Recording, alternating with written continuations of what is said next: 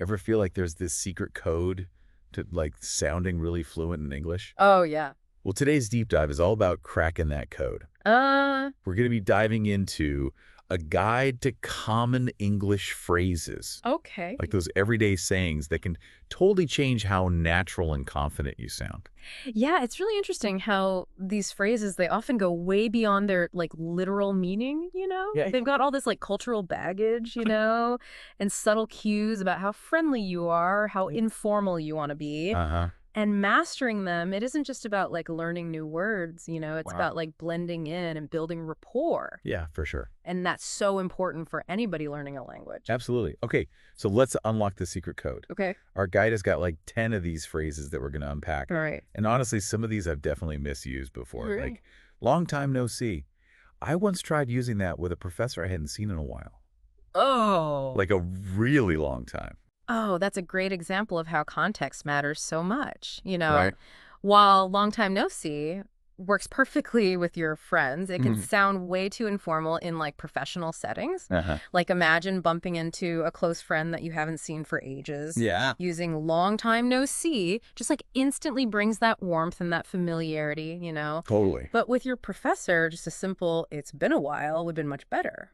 Oof. Lesson learned. Yeah. So these phrases are like social shortcuts, Yeah, but you really got to know the terrain you do. You do. before you just like start taking them. What about no worries? I hear this one everywhere. No worries is interesting. Yeah. Because it kind of reflects this like casual, almost breezy attitude that's so common in English-speaking cultures. Yeah. It's a way to downplay formality and just put people at ease. Right. Like if someone thanks you for holding the door for them, Uh-huh. a simple "no worries" is just a really friendly way to just kind of brush it off. But isn't there like a risk of sounding too casual in some situations? Oh, for sure. Like if your boss asks you to finish a report, Yeah, no worries, might not cut it. exactly. It all comes down to like reading the room. Right. With friends, it's great to show that you're easygoing. Mm, But in formal settings, sticking with "you're welcome" or "my pleasure" is much safer. So decoding these phrases is also about understanding the like unspoken rules of the situation. Yeah. Okay, this next one I'm actually pretty good at. Hang on a second. Is it just me? Or is English like obsessed with being polite about time?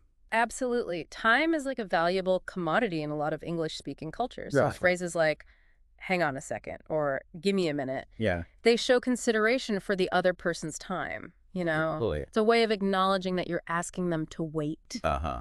even if it's just for like a tiny little bit. Which makes a big difference. Yeah. I used to wonder why people would add those little phrases. Yeah. But now I get it. It's all about just like subtle politeness. Right. Okay, shifting gears a bit. Let's talk about humor. Okay. This one always makes me laugh. I'm just kidding. Oh, yeah. Humor is such a crucial part of communication, Yeah. but it can also be really tricky to navigate across cultures. Yeah, for sure.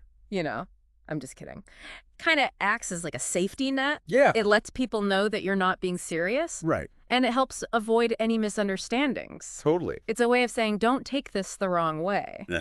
I'm just trying to be funny. Like a verbal wink. Yeah, exactly. That helps everyone stay on the same page. Uh-huh. And speaking of humor, how about I'm starving?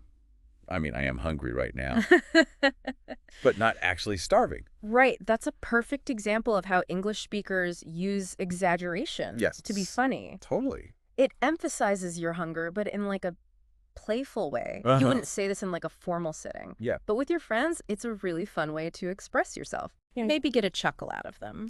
Yeah, it's interesting how much of this comes down to understanding the tone and like the intention behind the words. Yeah. One phrase I used to struggle with was fingers crossed.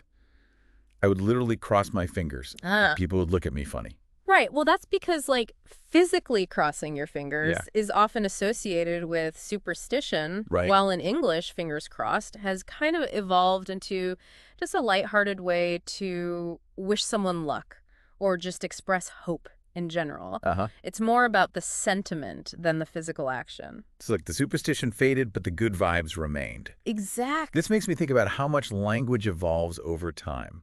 It absolutely does. Yeah. New phrases pop up all the time. Old ones change, meaning the key is to just stay curious and pay attention to how native speakers actually use language Right. in different contexts. This has been such an eye-opening deep dive. Yeah. It's not just about memorizing these phrases. Right. It's about understanding the cultural tapestry behind them. Absolutely. And remember, language learning, it's a journey, Yeah, not a destination. totally. Keep listening, keep practicing, and you'll Right. keep unlocking the secrets of fluent and confident communication. So now that you've got these phrases in your toolbox, go out and use them. Yeah. The more you practice, the more natural they'll become. Absolutely. Happy conversing. Yeah. Good luck.